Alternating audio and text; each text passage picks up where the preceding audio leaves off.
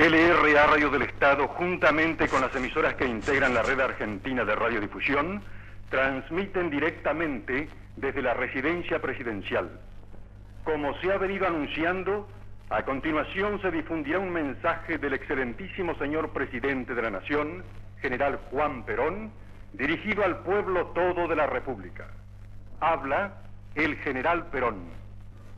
Una vez más, nuestra lucha inquebrantable por la liberación del pueblo argentino nos enfrenta con la reacción y con las consabidas violencias de su histerismo.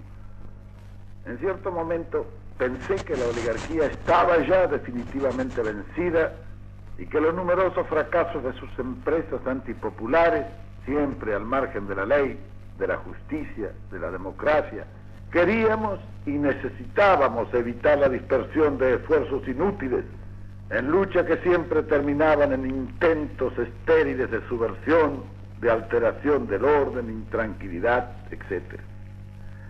El pueblo sentía la necesidad de dedicar toda su vigorosa vitalidad para el pleno desarrollo de nuestro extraordinario presente y de nuestro futuro indiscutible.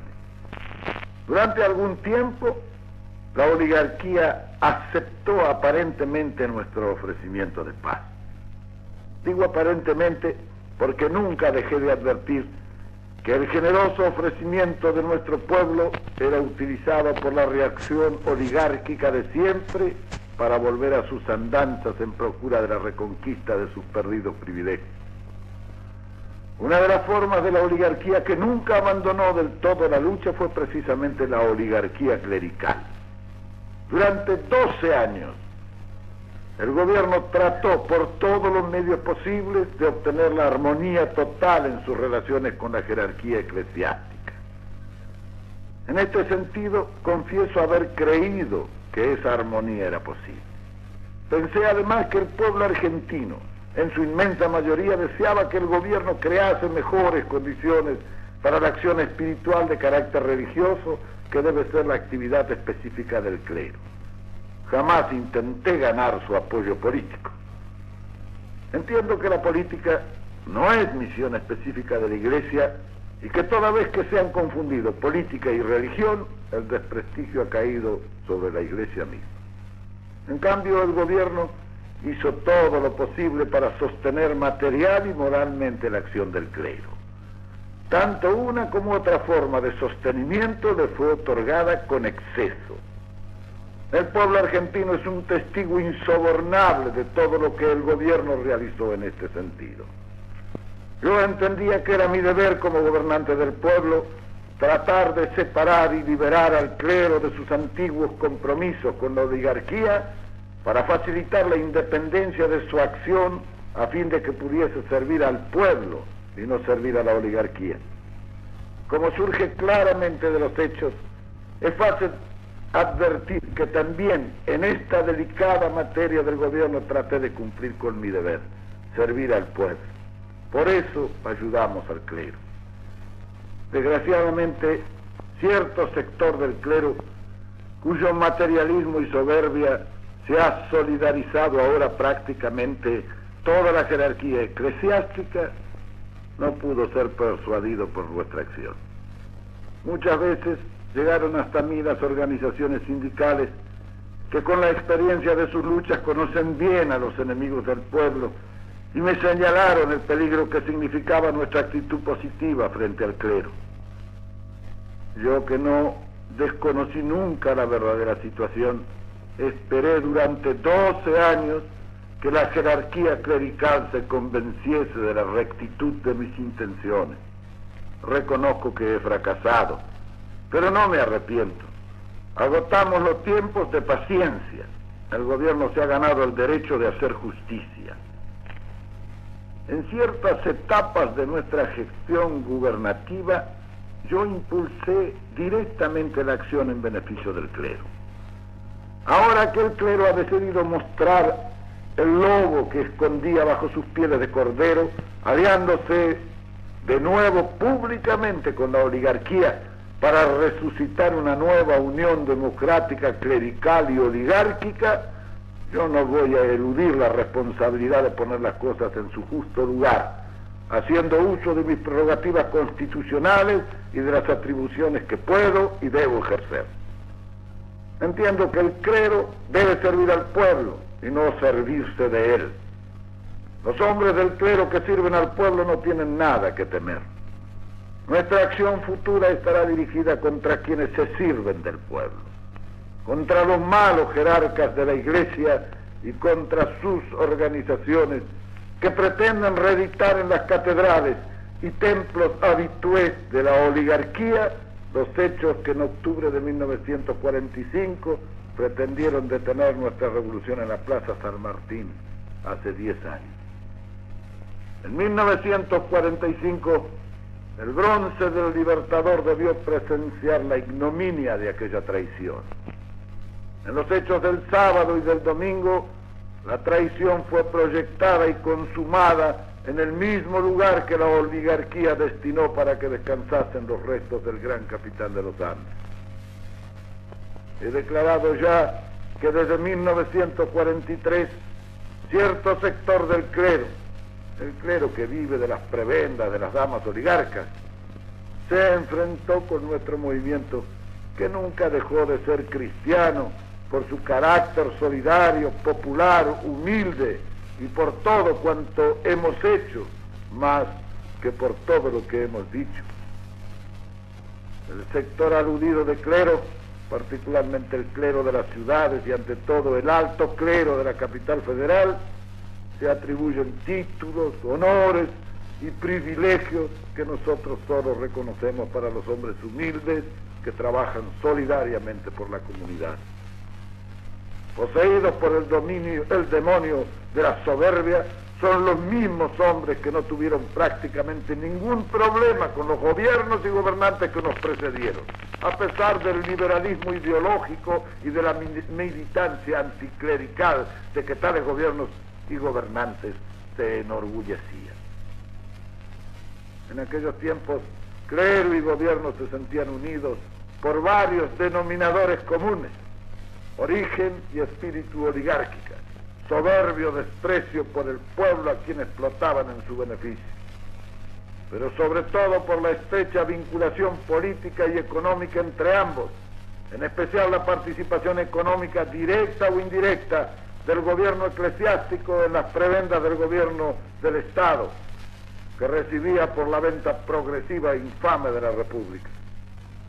Desde 1943 fue pública y notoria la participación descarada de algunos jerarcas de la Iglesia en la lucha política.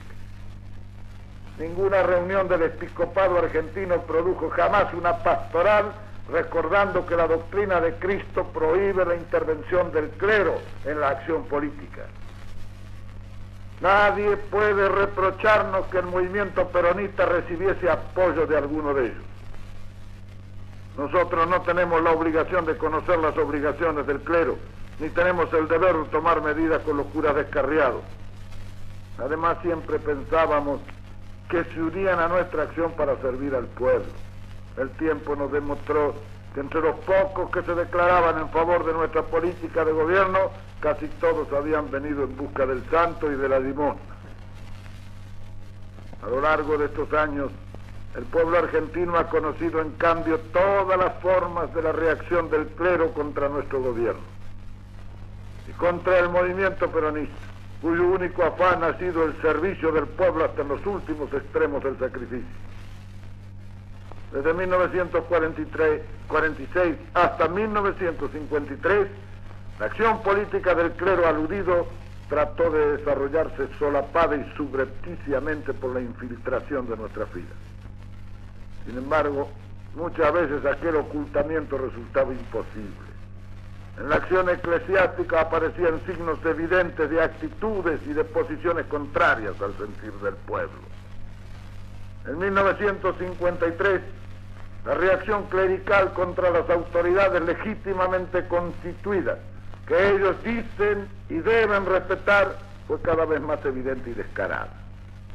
Deseo mencionar algunos hechos sucedidos a lo largo de nuestras luchas, aunque son del dominio público. Recuerdo, por ejemplo, la lucha sistemática contra la persona y contra la obra social de la señora Eva Perón y de su benemérita fundación. Las campañas de calumnias y difamaciones de que fueron objeto las mujeres del Partido Peronista Femenino, campaña carente de todo espíritu cristiano y totalmente injusta. Las actitudes de numerosos miembros del clero que se negaron a satisfacer los deseos del pueblo cuando éste trató de realizar oficios religiosos por la salud o en memoria de la señora Eva Perón. El desprecio por la organización obrera que se agrupa en la Confederación General del Trabajo. Las campañas organizadas contra la posición ideológica del movimiento peronista, posición de paz para la reconciliación del mundo. La prédica de rumores destinados a lograr el desprestigio de los hombres de gobierno mediante los más dispares acusaciones, las campañas tendientes a crear el descrédito del gobierno en el exterior de la República, los ataques injustificados contra las organizaciones juveniles y las más infames calumnias contra las actividades que ellas realizan a puertas abiertas, etcétera, etcétera. Estos son, señores, algunos de los hechos con que la oligarquía clerical, el clero político y los dirigentes de las organizaciones clericales de naturaleza civil produjeron para reconocer con tanta ingratitud toda nuestra acción positiva de gobierno en favor del desarrollo espiritual de nuestro pueblo.